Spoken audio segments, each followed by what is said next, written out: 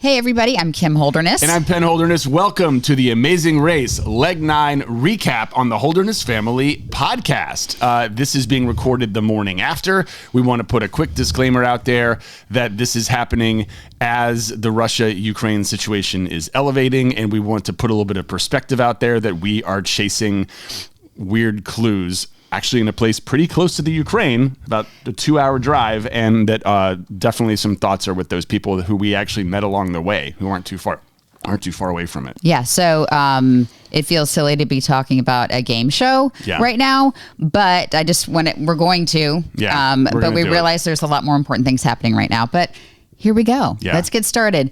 We always start with kind of the pre-race mood. At that point, we had won 3 legs in a row, 4 total, but we weren't feeling super comfortable, right? No. So I think we mentioned this in the last week's podcast. This is where we're starting to look at every single member who is racing. Nothing against the people who've been eliminated, but seeing them as like a real threat to knocking us out of this thing, right? And you go from first to last in the blink of an eye in this show, and there are those great equalizer challenges. There are also compression points where they just bring you closer together with certain activities or departure times. So I don't remember ever feeling super comfortable starting a race. No, and I think for me, we've talked a lot about it, and I know it's probably boring to hear about it, but there's a clip that we're going to play for you in a second. I talk about kind of our weird family motto of I'm doing the best I can, and it literally came out of a marriage counseling session with Christopher Edmonston, where he's like, just keep in mind, most people are doing the best they can with what they've got. And I was approaching this day with super high anxiety.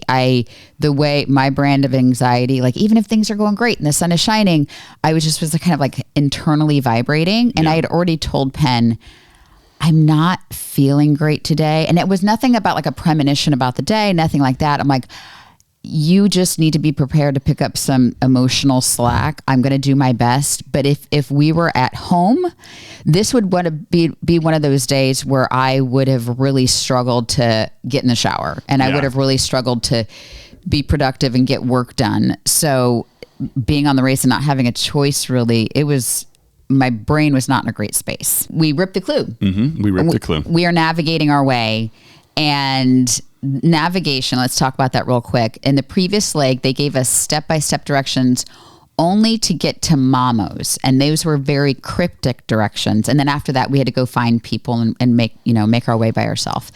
And we did pretty well because we actually, not to brag, but like we're old and we are used to MapQuest like 2003. So we found things pretty easily, but we didn't even know the town we were in. And that's another thing, with this version of the race.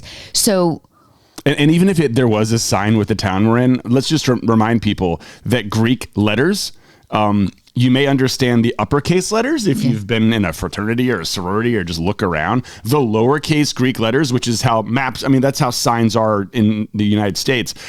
Lowercase Greek is Greek.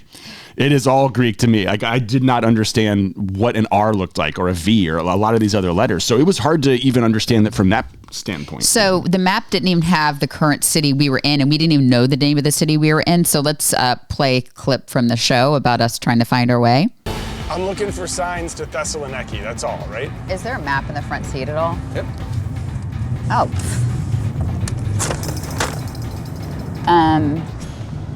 I am doing the best I can. The map doesn't even have our current city on it.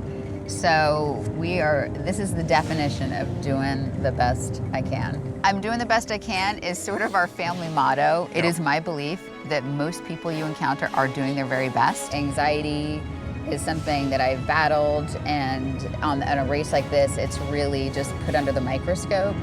So Penn and I know as partners it might get frustrating, but he knows that at the end of the day, I'm doing the best I can. Correct. So I have my big monologue, and Penn goes, correct. And Lydia from Lydia Loves TV says, correct is the new ditto.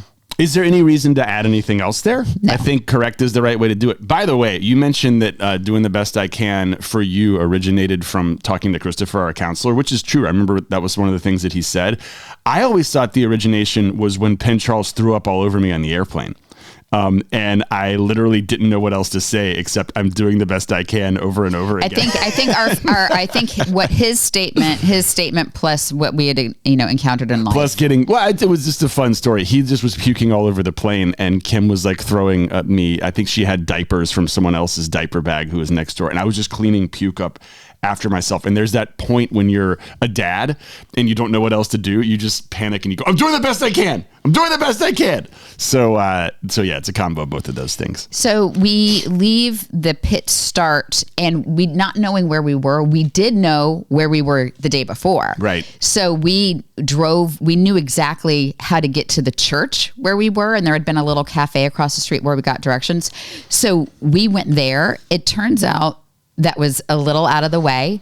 Found a very nice man. Again, nobody, very kind. Nobody spoke English, but they just pulled a map up on the phone. And then I compared the map we had. Yeah. And he told me on the table and we were like this far off. There's like blank space. And he just told me the road to look for. So it's like Loop Road or something, right? Everybody struggled to get there, but we didn't. Well, I mean, so let's talk about this. You asked the right questions to the man who spoke no English. We got that one road. I think it was called Loop Road or something. Ring Road. Yeah. And it looked like a ring on the map. It's belt line. So once you got on that road, there's only so far you could get lost. So when you found that Ring Road sign, which by the way was dirty, it had like weird brown stuff on it. And the Ring Road was written in a crazy color that I could barely understand. And I'm so glad that you saw it, but you heard me say, "Oh, are you on the map now?" That is code for Kim is now we're going from what this guy said to Kim is in autopilot. And on this race and on this show, that's been a very comfortable place for me because you've done a really good job, like just reading the maps. And that's when you finally got to start doing that. I would say we suck at so many things on this race, but obvious things. Like honestly, the more obvious it is, like the more we're going to suck at it. And I struggle with confidence in general in my life. But at this point, and even it's taken me rewatching this to know that like we were really good at navigating. Well, we went from being tied for first place to finding this theater and having like a good 30-minute head start on looking for the rocks, right? Okay, here we go. So we find the theater without any trouble, which was, again, I mean, I'm not going to say like I'm the most brilliant person ever, but we did a good job there, but prepared for my suck. So leave no stone unturned. It was a roadblock. And again, just for our new friends here, sometimes I spit out these amazing race terms and there's a lot of people who are watching for the first time. A roadblock is a task in which only one person of the team can perform. And if I'm performing this task, he can't help me. So I'm sure he saw my strategy and how bad it was. And he probably would have been like, hey, babe, you're not actually touching every single rock, but he can't. There really isn't much else I would have done differently, but yeah, that's a good point. Like there may be a couple things. So, and this is important because I got about 1,000 Twitter mentions on this, is that not 1,000, 100. They were like, why didn't you pile them up? Here's what the clue said. It was, search for the stage for one gold coin, present it to the oracle to receive your next clue. The rules were you had to place the rock exactly how you found it. And you could not mark it in any way. Like they were very particular. And that makes sense, right? So if I was there and I just piled them up, it then becomes easier for everybody else to find it. There's a picture of me and you see the back of me and you see the stage of just covered in stones. I assumed we were in first place. I just assumed we were in first place. And I've talked to Dusty about this. We were texting yesterday. And you see me, I start crying before anybody else gets there. So Holderness family cry counter goes up by 1. There'll be more, guys. Did we have a kiss also before you left? Was there a kiss? Did the kiss counter go up? Do we have a kiss counter? I don't know. I think that the kiss counter went up as well. I think right as you were leaving. I think we did. I think we smooched. Sorry. I have to say, and so Dusty and I talked about this, there's something overwhelming about being there alone. And again, like TV doesn't do it justice, the whole thing. It was a huge stage with 5,000 stones. And in this task, the stones, they weren't prop stones. So you see me kind of walking through and my production brain takes over. I'm like, oh, it's probably like a styrofoam stone. So it's going to look different. So the first thing I did was like walk through. I'm like, nope, these are all freaking stones. And they were very heavy. So it was like kind of pulling up. And then, I had a little bit of strategy. But before then, do you want to play the clip for people who may not have seen the show? There are thousands of rocks here. I walk in and see this stage covered with 5,000 stones, just a sea of stones. Immediately, I was overwhelmed. Only strategy is attacking one section at a time to make sure I'm not missing anything. It was a semicircle of a stage, so I was kind of going in a pie shape. I was trying to create little landmarks on the stage of areas where I was like, okay, I've done this row. I'm gonna kind of go this way. If we're the first team here, logically, we have better odds. Find the first coin, you make it even harder for the team behind you to find the coin. If the last team has to find one rock, that's just mean, if that's the case. Listen to the relaxing music. Yeah, it's like I'm in a spa, but this is the worst spa ever. We're in the right place, right? Yes. This is an actual task. This Yes. is not a nightmare. You're doing awesome. There's a lot of rocks. It's gonna take time. It's gonna be hard for everybody. I promise, you're doing great. I know it doesn't feel like it, but you're doing awesome. Keep on looking. So again, I am an obsessive note taker, and for some reason I find comfort in like knowing times and knowing, I don't know why that was a great comfort to me. I wrote down times when people arrived and stuff like this. So I looked at and I had a half hour there alone. But I had a strategy. It sucked a little bit. I sucked at it. But here's my strategy. Ready? I saw GoPros on the ground. And this is where my production background failed me. Because I'm like, oh, if there's GoPros, the stone's got to be near there. So I picked the areas that were closest to the GoPros. That were closest to the GoPros. That's not where the stones were, y'all. And so I first, before anybody got there, there's probably like 5 areas with GoPros, and I just went all around what I knew is the camera range, which is very wide angle of the GoPros.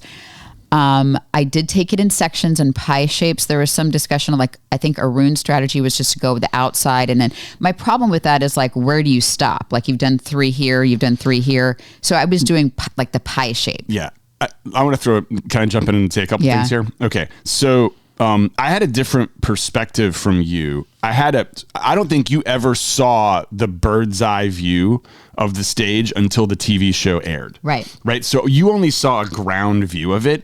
And it was interesting because when I was on the ground at first with you and I saw the stones and it looked pretty terrible, and it's really hard to understand what a circle looks like when you're standing there on the ground. Yeah. The circle and the piece of pie that you were kind of, you were looking at it like a clock, right? Right. Like I'm going to do 12 o'clock, then 1 o'clock, then 2 o'clock, and just kind of work your way into like a wedge right. in the middle of the stage. And I could see all of that. We had plenty of time. Everyone up there, Kayla, Rusty, and Natalia and Ryan. I started calling them Rusty on the show. It was easier. Natalia and I saw what everyone was doing, but it's so unfair for the people on the stage because they can't see the bird's eye view that we see. It's like watching a football game and seeing a wide open wide receiver down the field and saying, why isn't the quarterback throwing it to him? Well, he can't see him. There's like a bunch of 6-footers in front of him beating the crap out of each other. Right. So we could see what you were doing, but it wasn't as accurate because you can't read a clock when you're inside the clock. Mm-hmm. So I felt real compassion for you at that moment. You didn't really understand it until you saw it last night. But as someone who got to see both perspectives, everyone's theories were sound, but they kept going back over the same rocks because every rock looked the same and every perspective looked the same. I mean, you could anchor yourself with that oracle as 12 o'clock, but you're still not going to be accurate enough to get that perfect wedge when you're looking for it. Right. So it was, to me, it was equal parts maddening and a little bit fascinating. Yeah. And I'd honestly walked in afraid of these needle in the haystack challenges because they're famous on this race and you knew there were going to be one. Funny thought. I was kind of clocking, we've watched this race, like what kind of challenges they're going to do. And I thought that his leg 2 in the mail rail was the clue. I'm like, check, we've done needle in the haystack. Which I sucked at. But I'm telling you, we suck at finding things. We suck at all of them. So although that wasn't really a needle in the haystack, that was more of like a needle in a needle store. And so but I'm like, oh, we've done our needle in the haystack for the season. We're done. So, but I also know that there was that Sandcastle one. I think it was season 21 where they had it was a beach full of sand pails that were overturned and you lift it up and it was a sand castle and the clue would be underneath. And so a lot of people were just and you had to rebuild the sand castle. That was absolutely, that's a really good comparison to this one. So, but on my couch eating my potato chips, I'm like, there was 4 teams that agreed to take a penalty. They're like, they'd gone through the beach 5 different times and they're like, let's just take a penalty. But on my couch, I'm like, they're not digging down far enough. Like it's so obvious. Right. So you see me at one point stand up, by the way, knees. I have a scar on my knee and my wrist is still so messed up from this challenge. There was something I knew I was doing wrong there. Like I knew that what's the equivalent of not digging down far enough? So you see me, I'm like, what? I'm not. And so what it was I was just missing rocks, right? I like Penn said, I was creating little landmarks on the stage, but you see me, touching it, kicking it. Everybody did. I will say my knees were bleeding. My hands were toast. I had gloves, work gloves, but they were in the car. I didn't bring my bag with us and I didn't want to waste the 4 minutes to run there and back because it was a little bit of a hike down to the car to go get it. So I was like, let's just suck it up. I will also say my strategy, I was being very precious about it because the clue said you must return to the way you found them. So you see stacks of rocks and I was like lifting, putting it down. And then honestly, when Raquel got there, she obviously had a better strategy. She was just like flipping them and just letting them fall where they were. And they weren't stacking up, but they were, she knew when they were being flipped over because this was kind of early in the morning. There was condensation. Mm-hmm. So the bottom of the rocks were wet. So that was like, and they dried out after a while, but especially from up top, we're like, oh crap. You can tell which ones are flipped over now because they had condensation on the bottom of them. And I think Raquel was the first one who did that because you are such a rule follower. And usually that serves you very well. Right. So I was always in hindsight, I was obviously being too literal, but I was like, oh, well, freak it. If she's just flipping them over, that's when started, but that was 45 minutes to an hour I had been there. So it was, I was prepared to be embarrassed. Yeah. There was a tweet and there were a lot of these people saying like Chris wrote, Kim has touched every rock, just hasn't flipped over every rock. So here's the other thing. We're can I give you some more peanut gallery perspective? Yeah. Because at this point we're getting close to where everybody has showed up. Yeah. Right. Because Raquel showed up and then it was not very long before the other 2 teams got there. Yeah. I think because I'm such a nut about this stuff. So Raquel got there 30 minutes after we got there. Dusty got there 15 minutes. Right. And then Arun and Natalia got there like 10 to 12 minutes after Dusty got there. Yeah. So I was there a full hour before, or like almost, it was like 55 minutes before Arun got there. Right. And so he gets there. I'm like, he's going to get it. By the way, he's the most positive person. He's so positive. We're talking about Arun. Like he also just doesn't give up ever. He never gives up. Like someone could tell him there's 20,000 rocks and he would still be out there looking. He's indefatigable. I think it worked. Okay. So you also see me making the sound like we've done the pan sound that when you mess up they make. Sam, let's bring that clip up. So when you screw up, they go. So Kim steps on the flag.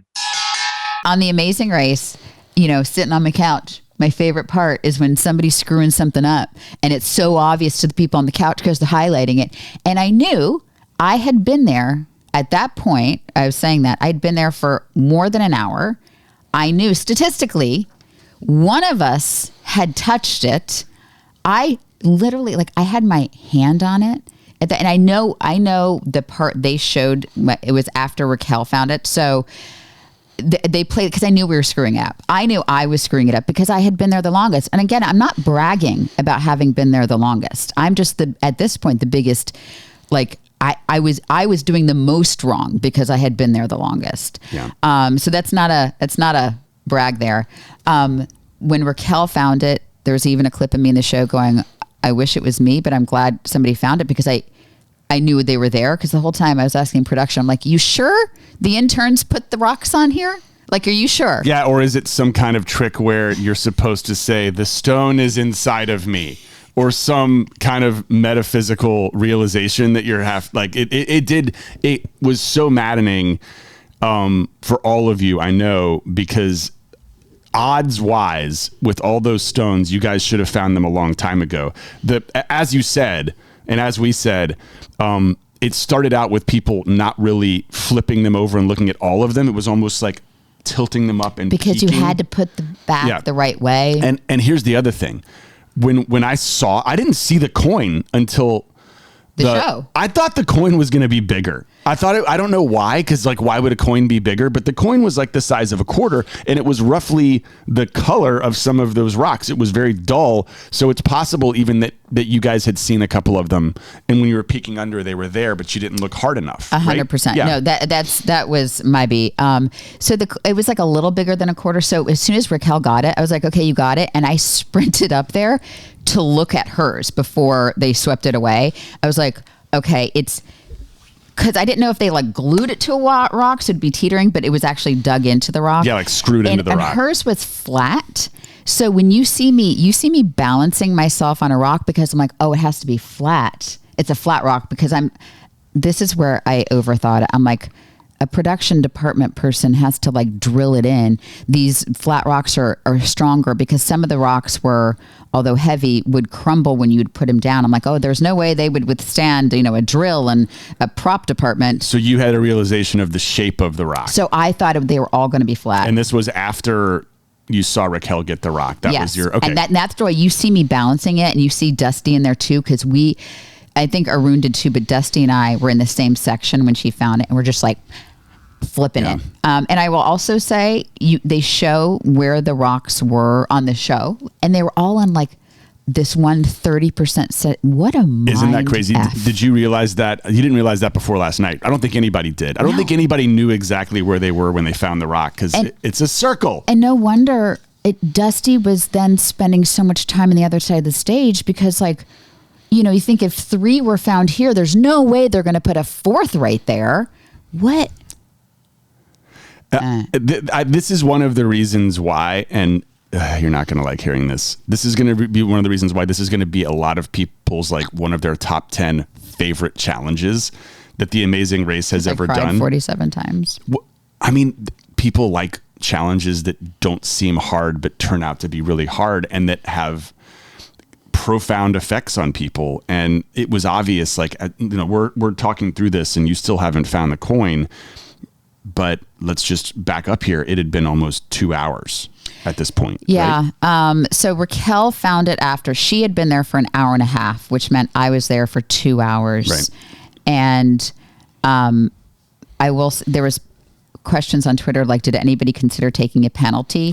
Penalty discussion was brought up by the Peanut Gallery. No, it was me. You did? Yeah, I'm the one. I brought it up to everybody. I said, you guys, you don't understand. Like, there was a point where you guys were all there together, every single one of you looking at rocks for 1 hour. I didn't think we were going to do it, but I was like, guys, let's do the math. How many hours is a roadblock? And I can't remember the answer. 4 hours. So 4 hours. And the next thing I said was, like, we were all genuinely worried about the people who we loved on that. Like, Kim, you were obviously having a tough time. Dusty, I think you saw it, was really in a dark place.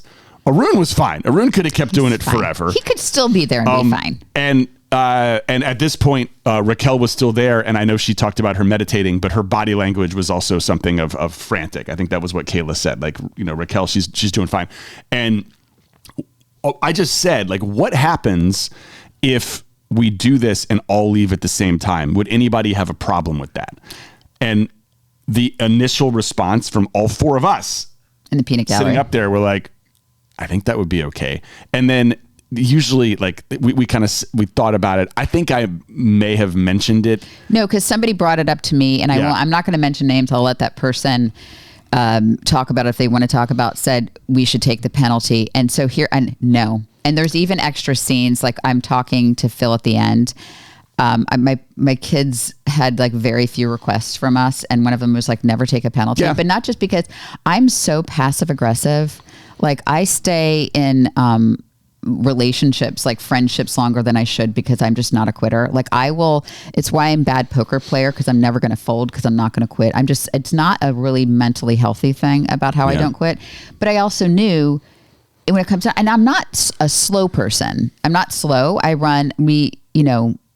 think I average like an 8:55 pace without a backpack and a 9-minute mile with a backpack for 5 miles. Like I'm not a slow person, but out of that group, I'm the slowest. So if it became a foot race situation, which there was 5 miles of running after this, we were out. And so I also just like, I just never wanted to give up, but other people were considering it. Well, but it was the people who were considering it were the people who weren't doing it.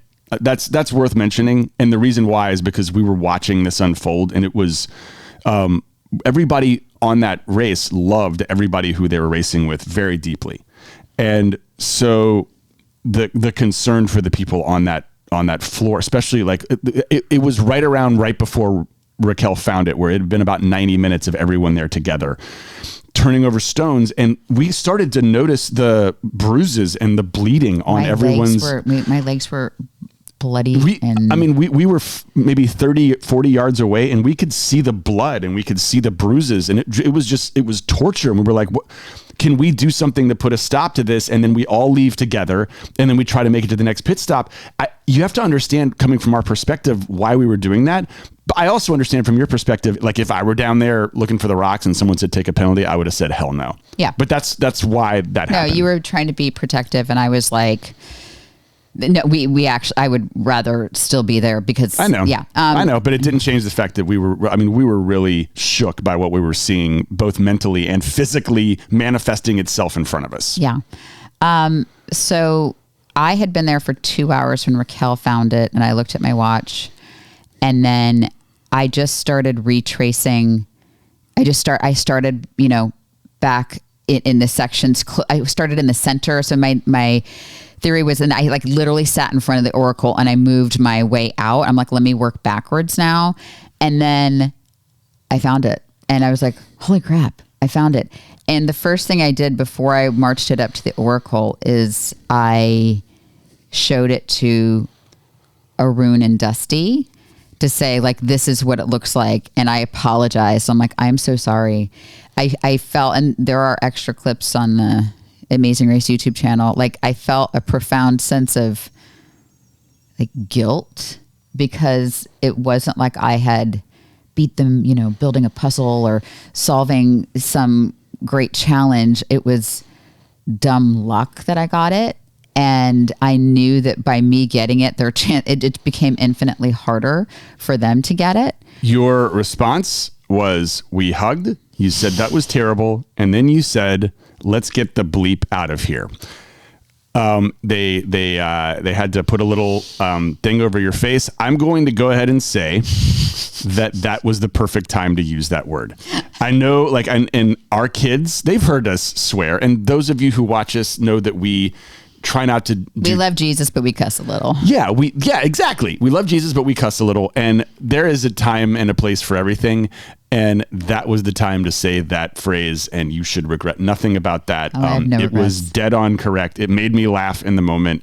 I know how tortured you were. We were all hurting up top for you. I had no idea all that stuff was going on with Dusty, but like, what a journey for him to get to that rock, even though he was so far behind everybody else. I know. And even Penn said it in that intro clip, is like, the person who's going to be here last, that's just mean. Oh yeah. No, I was doing the odds. Like, I'm an odds guy. And I think that in that moment, Ryan was the best partner for the person who was going to be there last, because of what Ryan has lived through. And he like what, and Dusty and Kayla actually have a podcast, Pit Stop podcast. I'm sure they're going to talk a lot about it. But Ryan, you see Ryan bringing him up and just puts things in perspective. Like, we're in this beautiful place, and let's just figure it out. And it wasn't soon after that Dusty and everybody in our house like stood up and started clapping when he found it. Like, there was like, our kids were so happy. I mean, we were so happy. I think he was very real and honest and vulnerable. And it's a game show at the end of the day. Yeah. But it's also it's something that we had all worked so hard for, and we were all so invested in, that, you know, it plays mind tricks anyway. Yeah. But Dusty, this is for you, because I am not your partner. I was the one sitting there thinking about numbers, because I'm a nerd. I could have told you that if you had turned over 50 rocks a minute, which was about the pace a lot of you guys were doing it, like you would rest for 5 seconds and you'd be going about 1 rock per second. When you have 4 stones in a 5,000 stone area and you turn over 50 rocks a minute, the odds are that you would get it at some point. You will have gotten to every single stone in 100 minutes if you did all the stones correctly. Which I did not. If you're by yourself. If you have 4 stones out there, that number shrinks to 25 minutes, that you could have turned over every single stone in 25 minutes if you were looking for and hoping to get 1/4 of them. If they put them all in one area, that number goes back up. But the odds of you finding the first stone versus you finding the last stone are so astronomically different that I like when I saw you doing that last bit, just the number side of me was like, oh, that poor guy. Yeah. And I'm so proud of him for staying with it and finding it. I know. We're going to calling this next section Navigating with a Nervous Breakdown. Oh, good. Yeah. And this is not our first time doing this. I think one of the reasons that this season in particular is incredibly hard is that after, I think in another season, they have maybe 2, maybe 3 self-drives. This is like all self-drive. And after a challenge like this, where you were just emotionally spent, I mean, I'm physically beat up. You hear Arun, his knees were buckling. Like I'm physically beat up, emotionally beat up. He's like the emotional toll of just being the person watching. But oh yeah, you still have to find your way in an ancient city worth like bizarre road signs. You've got to navigate, which in Greece is not like, hey, take a left, I'll check back in 10 minutes. Yeah. You're constantly having to look at where you're going. And if you're driving, obviously you have to be looking where you're going all the time. There is, from the moment they say go, you're just in struggle. So we had the map they had given us in the car was of the town proper, but it almost looked like a Chamber of Commerce map because it only had it had like, all the places they wanted you to visit. Yeah, but not like where they want us to park. Right. And so they show Arun and Natalia struggling to find parking. I think we circled around it once too. It wasn't in these little tiny alleys. It was hard to find. I mean, we don't need to dwell on that, but I was so toast. Yeah. I was so done. Were you happy to get out of the car? I mean, I'm always happy to get out of the car, but it's so funny. I mean, every show that you see that the clue says, okay, you can ditch your car for the rest of this leg. It's this relief for me, but boy, we could have used it for the rest of this particular leg. I know there's even an extra clip on YouTube. I don't know if you've seen this, of us just running. Yeah. And I think at that point, somebody had asked us like, oh, do you wish you had your car? And they didn't actually show all of the running because they can't. And we said, no. I mean, my knees are toast. I'm like, I would rather run 5 miles, which we ended up doing. We see Raquel and Kayla, going down the road while we're trying to find the parking lot. And so at that point, I mean, I'm doing math. And so by the time we get to the parking lot and get to where they were, we were 20 minutes behind them. Can I mention something about Raquel and Kayla running by? Because you saw this on the race. They ran by. I was like, good job, girls. And they just kept going. And I think you heard me say on the show, they didn't want to talk to us. Did you say that? I didn't hear or they didn't talk to us. I mentioned something. Okay. And I want to address that because at first, here's the effect that it had on me. we had been running at one point earlier in the show, and they had yelled at us, which way do we go? In Lugano. In Lugano, and we had pointed that way out. So to me, my first reaction was like, maybe if I were them, I would have been nice and stopped and said something. First of all, they said they didn't see us, and that's fine. They may not have seen us. They had a very like race blinders look on themselves. Here's the other thing. I realized while I was in that car, a lot has changed since Lugano. That was a long time ago. Yeah. That was like a month ago on TV. It was at least a week ago on the show, and it's down to 4 people now. And I realized as they ran by, of course. Why would they help us? I don't like, but that was I'm just telling you, on this long journey, that was my realization. We're done helping people. Yeah. And I wasn't being pissy about it. I wasn't like, we're done. It was like, because we're down to 4. We're done. We're on our own. Yeah. They don't, and nobody, but we tried to be, when we could, we were trying to be good about like, there it is. We were pointing people in our direction. But that's not the time to do it. Yeah. No. And I mean, I honestly, if the situations were reversed, because you don't know how much more you have ahead, I would have, but when I told them afterwards, I'm like, you ran right past us. Like we saw you were booking it. And they were like, I had no idea. Like, they didn't see us. What I'm saying is I don't even think it matters whether they saw us or not. That was my realization that this is the point in the race where everybody is on their own. And it was right then and there, because an hour before I was talking about taking a team roadblock so everyone together could get out of there as a team.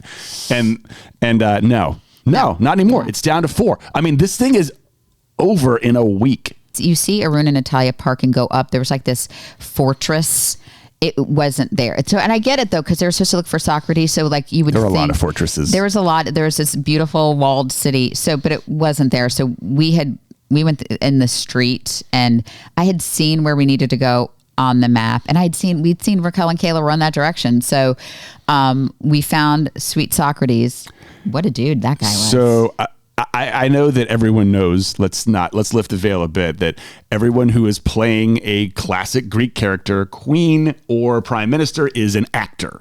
This is obviously not Socrates. But I at first I was like, that guy looks like he's on meth. But my new appreciation of him once I was over it was I really thought that as an actor, he made some really bold choices. And I think that's what a good actor does. He was the lean.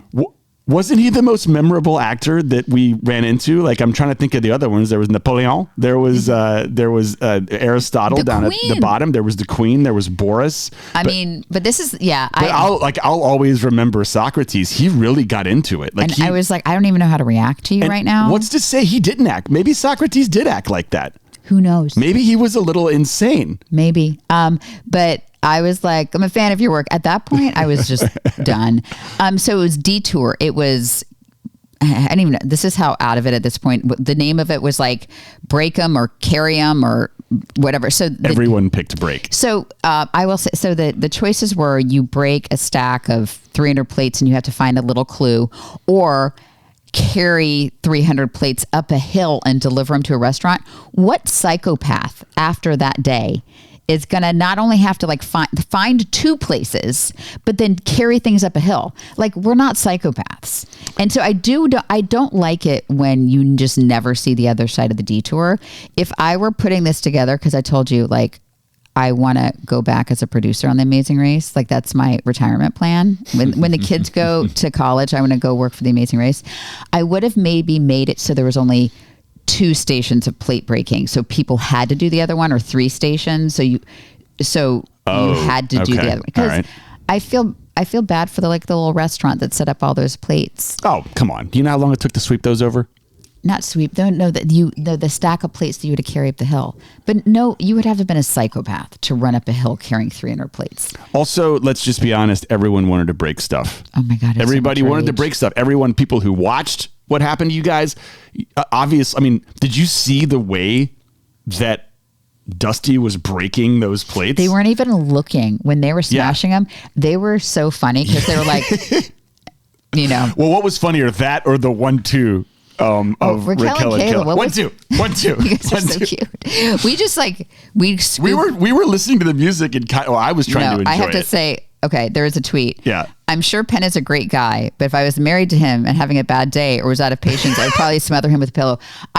He was like, Opa, dancing. I was like, bring it down. I'm not in an Opa mood. And then somebody said, I was worried Kim Penn were going to be on for the cameras all the time, but I love the snarky, high-strung Kim. That's me. Yeah. Showing some real emotion while still being respectful to each other. So I know Penn, and that is, I always call him my golden retriever because sometimes you need that.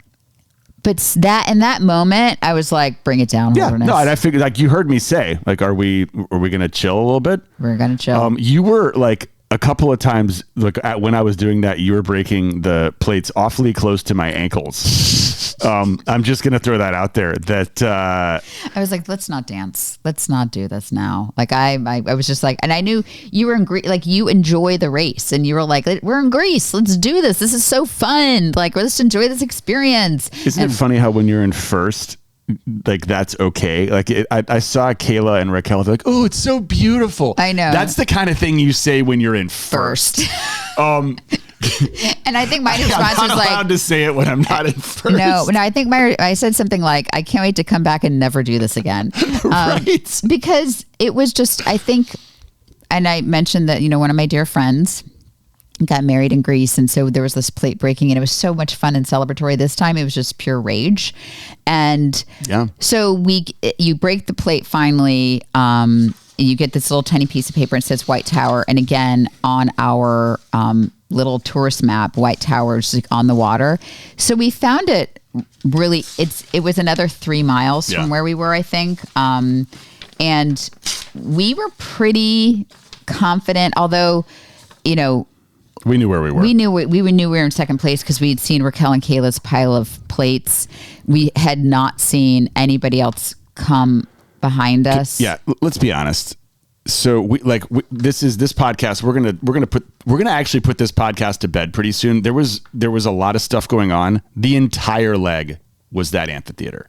Everything else was window dressing. And it was the run. So we ran our plan. We just got to the water. It's because it was along the water, and then turned left. I think Brian and Dusty overshot it. They totally did. So I noticed that when we got where we were, if they were in the same spot as we were, which they were, you basically go straight down a hill toward the water, and then you look to your left because the White Tower was catty corner. So this is where the plates were broken, and then the other side of the screen is where the White Tower is. So somehow Dusty, like what everyone else did was down and then over. Somehow Dusty and Ryan came out here. And I'm pointing to my finger is like on the other side of the extreme caddy corner. They probably still did it faster than I ran it. Oh God, they're so fast. They're so fast. Also, again, nothing changed in order once we left that amphitheater because of how much time difference there was in everything. So we were pretty confident that we had not seen anyone. Yeah. So we knew we weren't first. We knew, well, there was smash plates there. And so, but I also felt like we probably had 20 to 30 minutes. I remember this. Yeah. And so we were going through these downtown streets, and they give you leg money. And you never use it. Because we're not in cabs. Like in previous seasons, you're not in cabs. And then also you would use it to buy food in the airports or whatever you needed to do. Tolls. Like stuff like that. But we never use it. So we had like 50 euros burning a hole in the fanny pack. And Penn, at one point, we made it to the water. It was a hot day, but it was a pretty day. And he stopped. He goes, and there was a bar right there. He goes, do you want to go slam a glass of wine? And I was like, I really do. And so the people, and I think, what season was it early on? It was like season 2 or 3. Somebody it was an stopped. Eliminated group that they knew they were in last who stopped. I don't even remember. It was super early. Like they had an entire meal. Yeah. And so, we ran the entire time, and there's clips of us like running through these alleys, and Penn, they have you peeing on the air. I remember, and you're like, if there's a mattress on the ground, you can pee there. Do you remember that when we stopped and you peed in the alley? They put that on. They didn't show you peeing, but it's on YouTube. The internet? Yeah, it's on the internet. So we were in these little alleys, and and so funny, we weren't lost, but that's just what it looked like. The city looked like a maze. Yeah.